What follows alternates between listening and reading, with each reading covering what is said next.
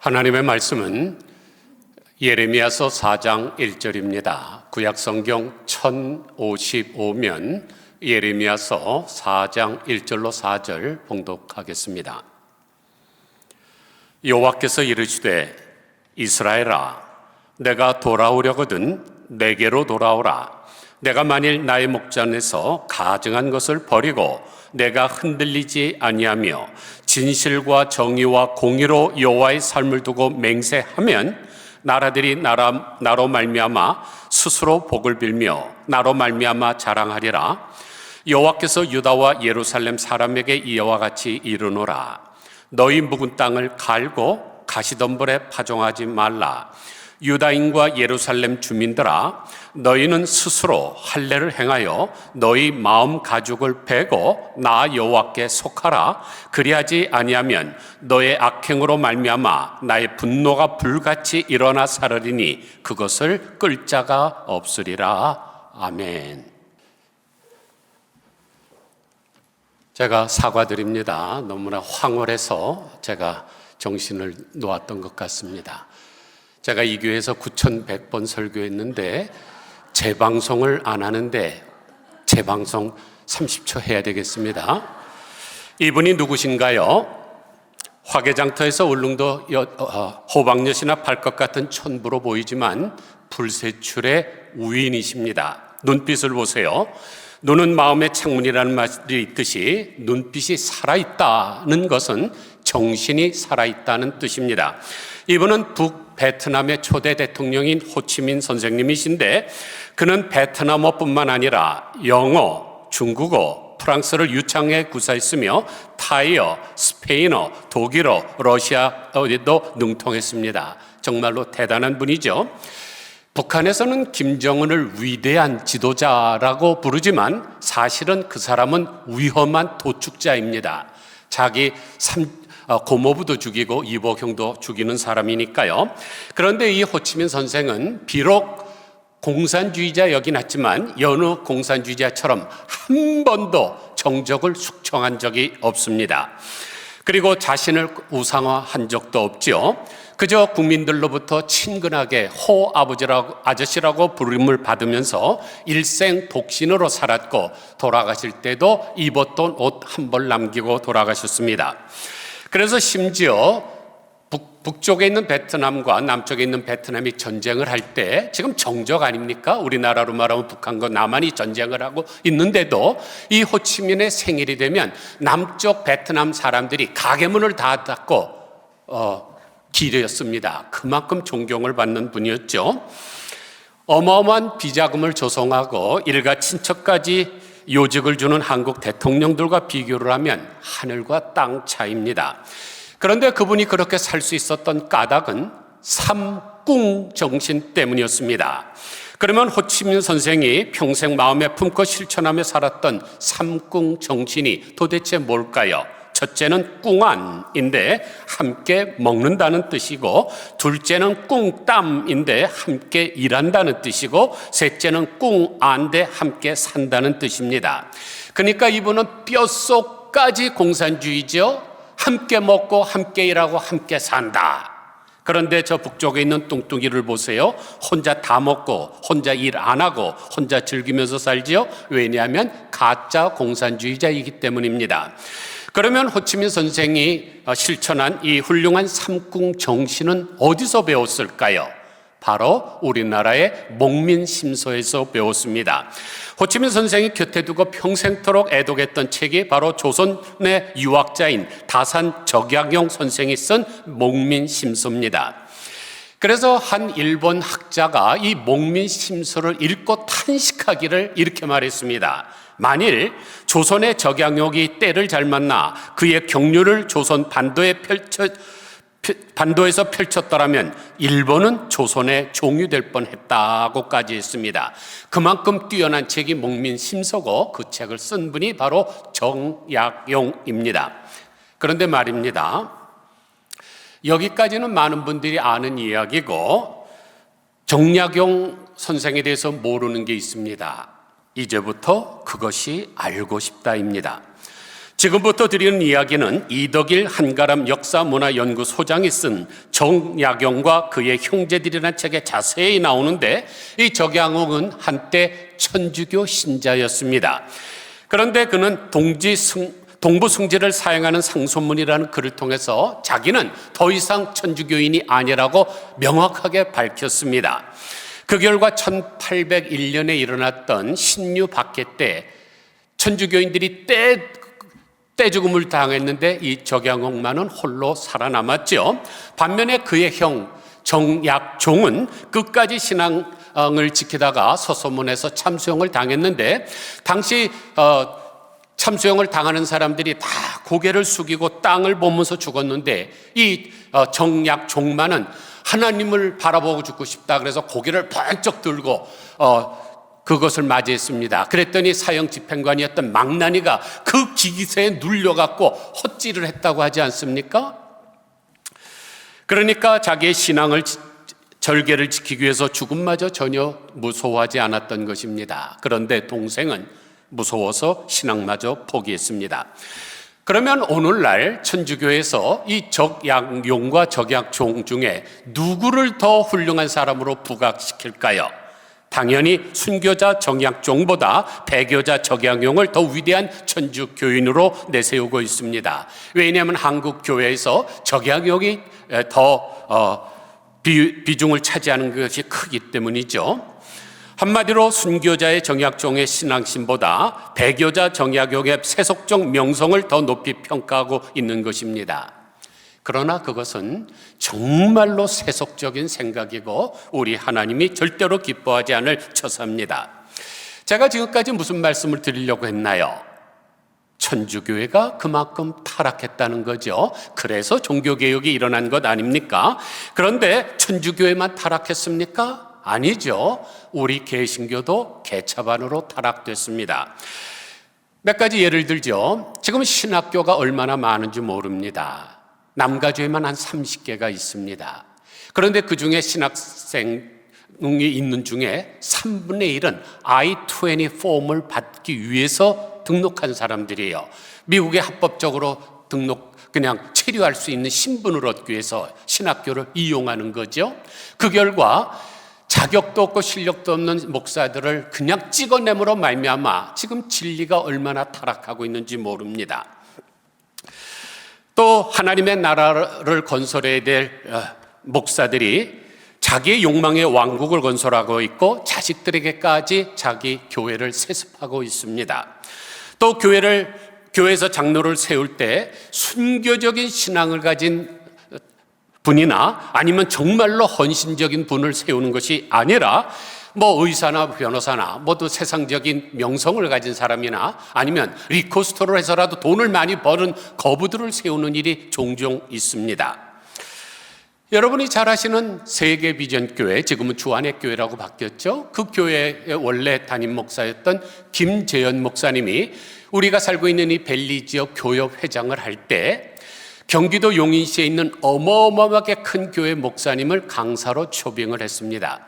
그런데 저에게 그날 대표 기도를 해달라 그래서 주여 진리를 전하게 하소서 그러고 정말로 심혈을 다 기울이고 기도하고 내려와서 딱 앉았더니 그분이 딱 올라오더니 하는 얘기가 첫성이 이겁니다. 우리 교회에서는 장로 피택을 받으면 1억, 안수를 받으면 1억을 내야 됩니다.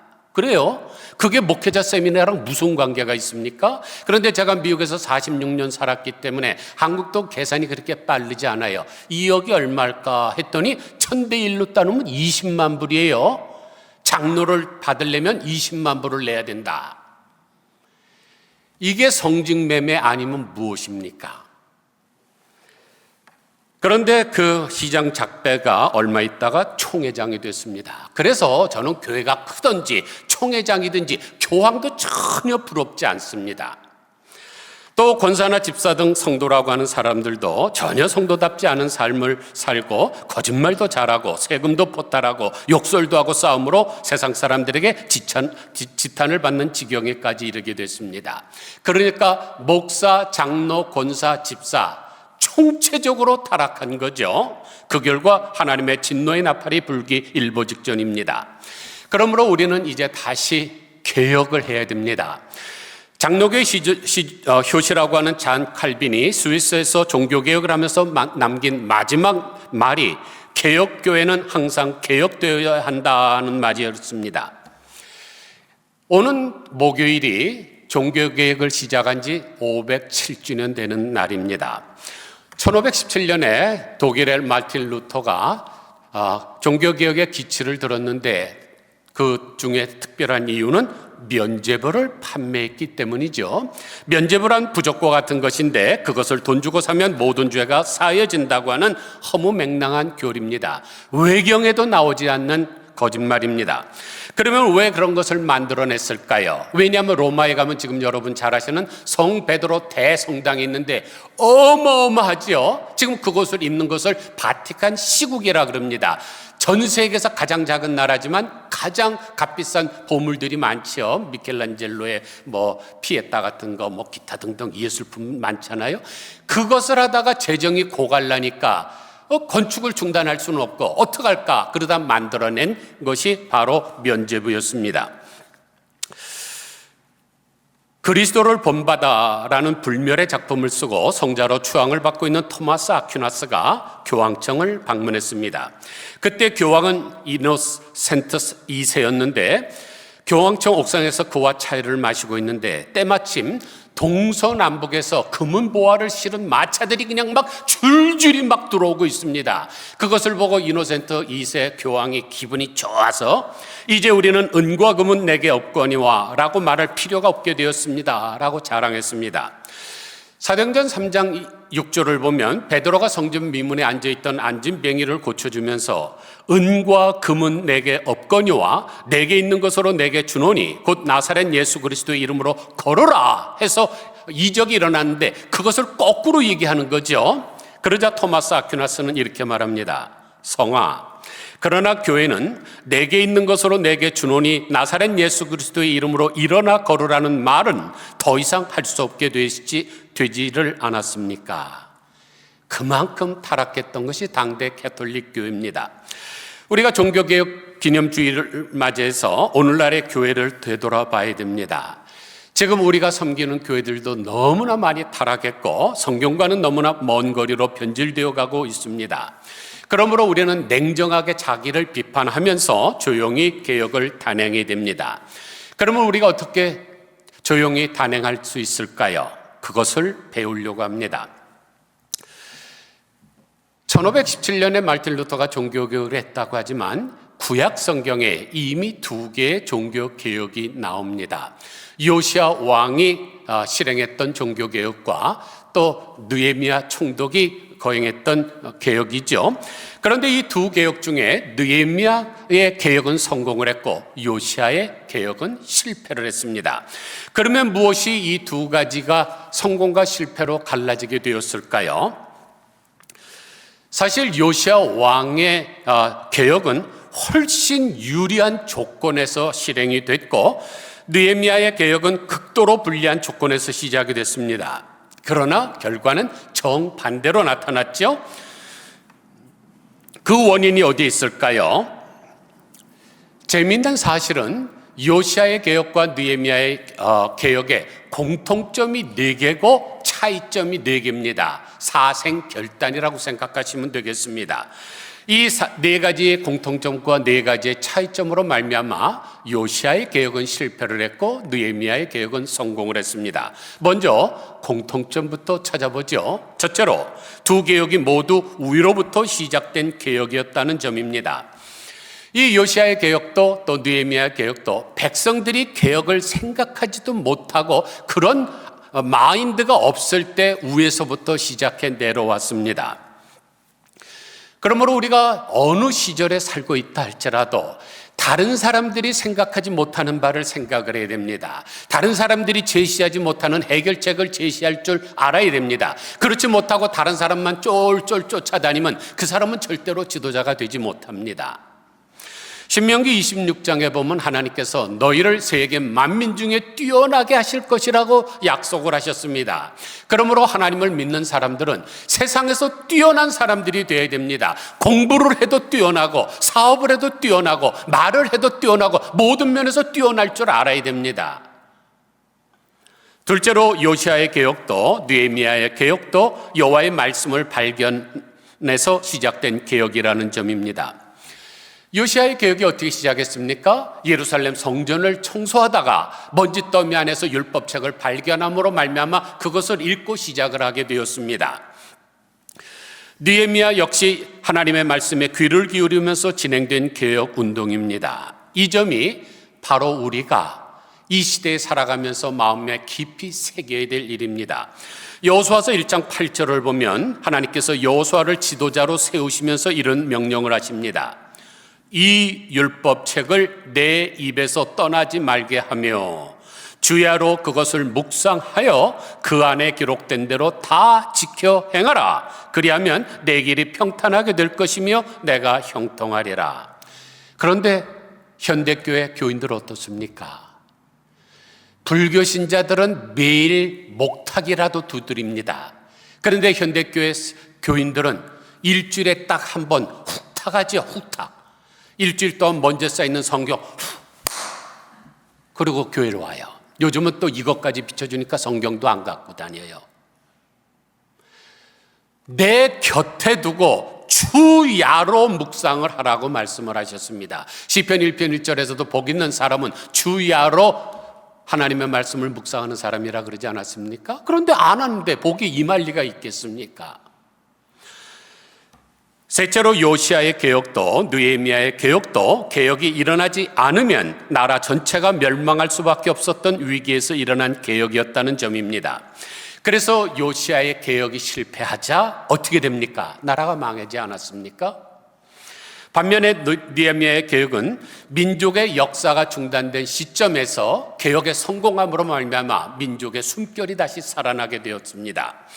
지금 우리가 살고 있는 미국도 개혁돼야 되고 우리가 두고 온 조국도 개혁돼야 됩니다. 왜냐하면 지금 미국도 엄청나게 썩어져 가고 있죠. 마찬가지로 대한민국도 많이 썩었습니다. 개혁을 이루지 못한 나라들이 역사 속에서 어떻게 되느냐 우리 너무나 잘 알고 있지 않습니까? 예를 들어서 1950년 한국전쟁이 일어날 때 우리나라의 국민소득은 65불이었습니다. 그때 16개국으로 우리나라를 도와주러 왔던 필리핀은 한 800달러 정도 됐습니다. 그러니까 12배 정도 더 많이 벌고 살았던 사람들이죠. 그런데 2024년 금년을 기준으로 한국의 국민소득은 36,132불인데 비해서 필리핀은 154달러입니다.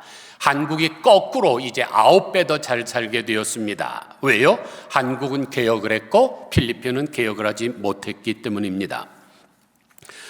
넷째로 두 개혁 모두 민족혼을 불러일으킨 민족정신에서 시작된 개혁이었다는 점입니다. 오늘날의 개혁도 마찬가지죠. 지금 한국에서 개혁하자고 정치인들도 많이 하지만 개혁을 성공하려면 두 가지를 꼭 해야 됩니다. 민족 정신과 공동체 정신을 강조해야 됩니다. 정치 개혁도 마찬가지고 경제 성장도 마찬가지고 남북 통일도 이 두 가지 정신을 바탕으로 성취해 나가야 됩니다. 만약 한 나라 국민이 하나가 되지 못하면 자멸하고 맙니다. 그런데 지금 국민의힘과 더불어민주당 너무너무 걱정스럽죠? 완전히 이원론입니다. 극과 극으로 대립하고 있죠. 타협이라는 게 없어요. 자기들이 잘못했다는 게 없습니다. 여러분 정치 한번 보세요. 미국도 공화당과 민주당이 있지만 민주당이 항상 옳습니까? 공화당이 항상 옳습니까? 그런 일은 없습니다. 그래서 저는 절대로 정당에 가입하지를 않는데 돌고 도는 거죠. 공화당이 대통령이 됐다, 민주당이 됐다. 그러면서 절충하면서 나가야 되는데 이게 아주 극과 극으로 대치하니까 나라가 아주 위험한 상태입니다. 그러면 두 개혁의 차이점은 무엇일까요? 첫째로 개혁 정신을 국민 전체에 확산시켰느냐, 그렇지 못했느냐는 차이점이 있습니다. 느헤미야는 이 개혁 정신을 모든 국민들에게 침투시켰기 때문에 성공을 했습니다. 그러나 요시야는 이 점에서 실패해서 개혁 전체가 실패로 돌아갈 수밖에 없었죠. 요시야는 정말로 인격적으로나 모든 면에서 탁월했던 사람입니다. 오죽하면 성경에서 다윗 다음으로 위대한 사람으로 거론을 하겠습니까? 그러나 그는 투철한 개혁 의지를 지녔음에도 불구하고 그 마음을 백성들에게 골고루 심지를 못했습니다. 그래서 혼자서 개혁을 진두지휘하다가 때 아닌 때에 전쟁에서 죽음을 맞이함으로 말미암아 개혁이 실종되고 말았죠. 지금 한국의 윤석열 대통령이나 미국의 트럼프 대통령도 결점이 바로 그겁니다. 그분들의 개혁 의지 강한 것 인정을 합니다. 그런데 너무나 독불장군식으로 합니다. 그러면 절대로 성공하지 못합니다. 그러나 느헤미야는 달랐죠. 그는 현명했고 끈질겼고 개혁의 첫 단계부터 국민들에 대한 설득과 참여를 시작을 했습니다. 느헤미야는 무너진 역사의 현실을 직면했을 때 그 역사를 다시 일으키는 일을 백성들과 함께 했습니다. 그래서 제일 먼저 한 것이 바로 설득이죠. 그가 백성들에게 행한 설득은 현실을 바라보자는 것이었습니다. 그리고 나서 민족적 자존심에 호소를 했죠. 우리가 뭉친 힘으로 다시 무너진 성벽을 쌓고 또 민족의 수치를 벗자고 호소를 했습니다. 그것은 이스라엘 국민들이라면 누구나 다 공감할 수 있는 민족 혼이죠. 그러니까 백성들이 일어나기 시작을 한 것입니다. 느헤미야를 통해서 역사하신 하나님의 도우심을 듣고 백성들의 가슴이 뜨거워졌습니다. 요즘 말로 하면 의식화가 일어난 것입니다. 그러자 백성들 사이에서 무슨 말이 나옵니까? 우리가 이제 스스로 일어나서 우리가 이 성벽을 짓자. 그래서 성공하게 됐습니다. 느헤미야의 설득을 받은 백성들이 깨닫는 과정을 의식화라고 일컫고, 의식화된 백성들이 힘을 하나로 모아 나가는 과정을 조직화라고 부르고, 그렇게 조직화된 역량을 역사 발전에 투입하는 것을 동원화라고 합니다. 한 공동체가 오랜 침체에서 벗어나서 새로운 개혁의 단계로 나아가려면 이 세 단계를 꼭 거쳐야 됩니다. 의식화, 조직화, 동원화. 이것이 없이는 개혁은 빛을 볼 수가 없습니다. 그러므로 개혁운동을 시작하기 전에 먼저 백성들, 지금 제가 나라를 계속 얘기를 하지만 여러분의 사업이나 여러분의 직장도 마찬가지예요. 똑같은 과정입니다. 그러니까 먼저 개혁의 당위성을 인플로이들에게 알려야 됩니다. 우리가 앞으로 발전하기 위해서는 이런 일을 해야 됩니다. 그것을 잘 설명을 해야지 지도자가 그냥 혼자서 막 열심히 뛰기만 한다고 되는 것이 아닙니다. 모든 백성들에게 개혁을 왜 해야 되는지, 어떻게 해야 하는지, 어디까지 해야 되는지를 알도록 해야 됩니다. 그래서 국민 각자가 내가 이런 시점에서 내가 감당해야 될 것이 무엇인가를 깨닫게 하는 것이 대단히 중요합니다. 이런 작업이 제대로 되지 않은 상태에서 개혁운동을 하게 되면 요시야처럼 실패하게 되고 더 큰 문제가 발생하게 됩니다. 요시야가 실패하니까 나라가 망하지 않았습니까? 둘째로 개혁을 주도했던 두 지도자의 영적인 바탕이 달랐다는 점입니다. 느헤미야는 개혁 시작부터 개혁을 완수할 때까지 기도의 사람이었습니다. 바벨론의 수상궁전에서 사람이 와서 지금 예루살렘에 있는 성벽이 무너지고 불탔다는 이야기를 들었을 때 바로 느헤미야가 했던 행동이 뭡니까? 무릎을 꿇고 기도한 거죠. 기도도 그냥 한 것이 아니라 며칠을 두고 금식을 하면서 기도를 했습니다. 그러나 요시야는 그렇지를 않았습니다. 요시야가 무릎을 꿇고 기도했다는 구절이 성경에 나오지를 않습니다. 그로 인해서 결정적인 순간에 그릇된 행동을 저질렀죠. 요시야는 그때 개혁을 주도하는 세력으로서 전쟁에 나가면 안 됐습니다. 그런데 자기가 워낙 성격이 막 이러던 사람인 것 같아요. 전쟁에 나가서 죽고 맙니다. 요시야 왕이 전사를 하자 그의 개혁 운동 기간 동안에 반대했던 세력들이 득세하게 되죠. 그래갖고 이전보다도 더 악한 상태로 치닫게 됐습니다. 그 결과 요시야가 시도한 개혁의 선한 의지는 도리어 나라의 멸망을 앞당기는 역할을 하게 되었습니다. 그러므로 우리는 무슨 일을 하기 전에 먼저 기도를 해서 바른 판단력을 얻어야 됩니다. 셋째로 개혁운동에 동원된 팀워크의 유무입니다. 느헤미야 3장에 보면 느헤미야를 도와서 성벽을 세웠던 사람들의 협동심에 대해서 말을 하고 있는데 무려 75명의 이름을 기록하고 있습니다. 느헤미야의 개혁에 동참했던 지도자들의 이름이죠. 한 구절을 읽어드린다면 3장 1절 보면 때에 대제사장 엘리아삽이 그 형제 제사장들과 함께 일어나 양문을 건축하여 성벽하고 성별하고 그 다음은 여리고 사람들이 건축하였고 또 그 다음은 이므리의 아들 삭굴이 건축하였으며 그 다음은 학고스의 손자 우리아의 아들 무레복이 증수하였고 그 다음은 여기를 보면 지금 예루살렘 성벽 쌓기에 동원된 사람들의 남녀노소 또 빈부귀천을 망라하고 모두가 동참한 것을 알 수가 있습니다. 그래서 그 다음은 이런 것이 이 3장에 무려 29번이나 등장합니다. 그것은 역할을 분담한 팀워크를 설명해 주는 거죠. 그러나 요시야의 개혁은 그렇지를 못했습니다. 자기 혼자 하면서 바로 자기 근처에 있는 측근에게만 이야기를 했고 같이 동참을 하지 않으니까 성공할 리가 없죠. 넷째로 개혁을 주도한 중심 세력의 도덕성에 있습니다. 느헤미야와 그와 함께했던 사람들은 도덕성이 참 뛰어났습니다. 느헤미야서 5장에서 느헤미야와 그의 참모들의 순수한 도덕성을 찾아볼 수가 있습니다. 14절을 보면 유다 땅 총독으로 세움을 받은 12년 동안은 나와 내 형제가 총독의 녹을 먹지 아니하였느니라. 나보다 앞서 있었던 총독들은 백성에게서 양식과 포도주와 또 은 40세겔을 그들에게서 빼앗았고 또한 그들의 종자들도 백성을 압제하였으나 나는 하나님을 경외함으로 이같이 행하지 아니하고 또 이 성벽 공사에 힘을 다하며 땅을 사지 아니하고 내 모든 종자도 모여서 일을 하였으며 그랬습니다.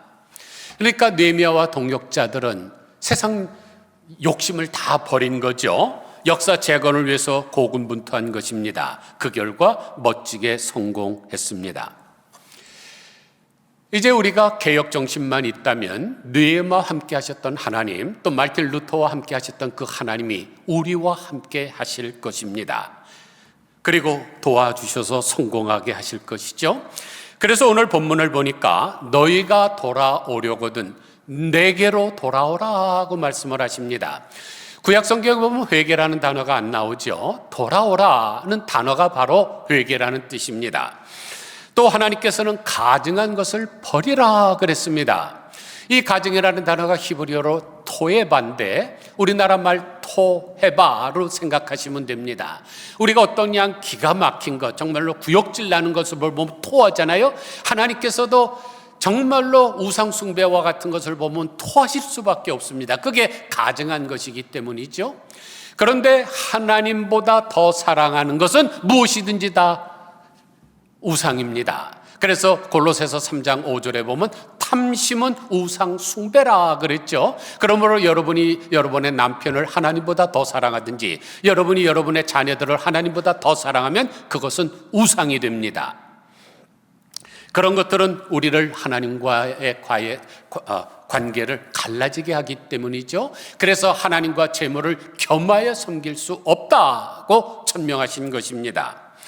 또 진실과 정의와 공의로 여호와의 삶을 두고 맹세하라 그랬는데 이것은 정의와 공의와 진실을 따라 실천하면서 살라는 것입니다.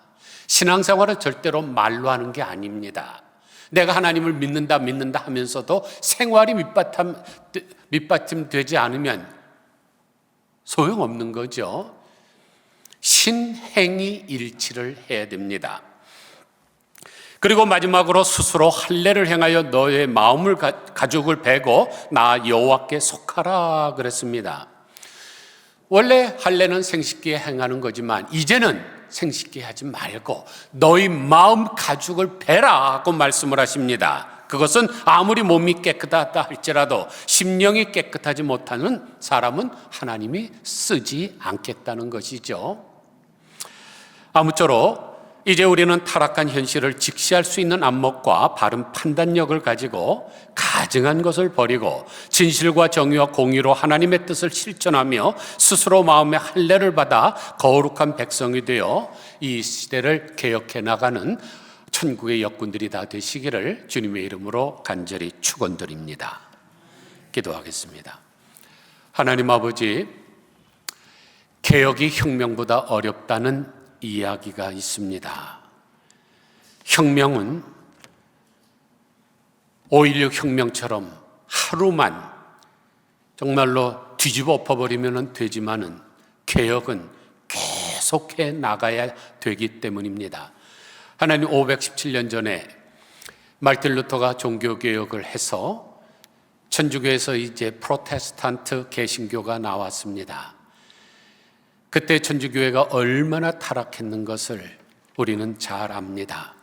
그러나 다른 사람 흉볼 것이 아니라 너나 잘하세요 라는 말처럼 우리 자신을 돌아봐야 될 줄로 믿습니다. 누워서 침 뱉기 하듯이 내 얼굴에 침을 뱉는 일이지만 우리 지금 개혁교회, 개신교회 정말로 목사, 장로, 권사, 집사, 성도에 이르기까지 총체적으로 타락한 것을 우리 하나님 잘 아실 줄로 믿습니다. 하나님, 개혁하지 못하게 되면 자랑하던 필리핀이 뒤처지는 것과 마찬가지로 또 요시아가 개혁에 실패함으로 말미암아 나라가 멸망한 것처럼 그렇게 될 수밖에 없는데, 하나님 아버지, 우리가 세계 민족 가운데 뛰어난 민족이 되게 하시겠다고 약속하신 하나님의 말씀을 따라 어디서든지 뛰어나고 탁월한 민족들이 되게 하여 주시고, 다른 사람의 꽁무니만 졸졸 쫓아대는 사람이 아니라 다른 사람이 보지 못하는 것을 보게 하여 주시고 다른 사람들이 제시하지 못하는 해결책을 제시할 수 있는 저희들 되게 하여 주옵소서. 그래서 하나님이 위대하게 쓰시는 개혁의 역군들이 되게 하여 주시기를 원하오며 예수 그리스도의 거룩하신 이름으로 간절히 기도드리옵나이다. 아멘.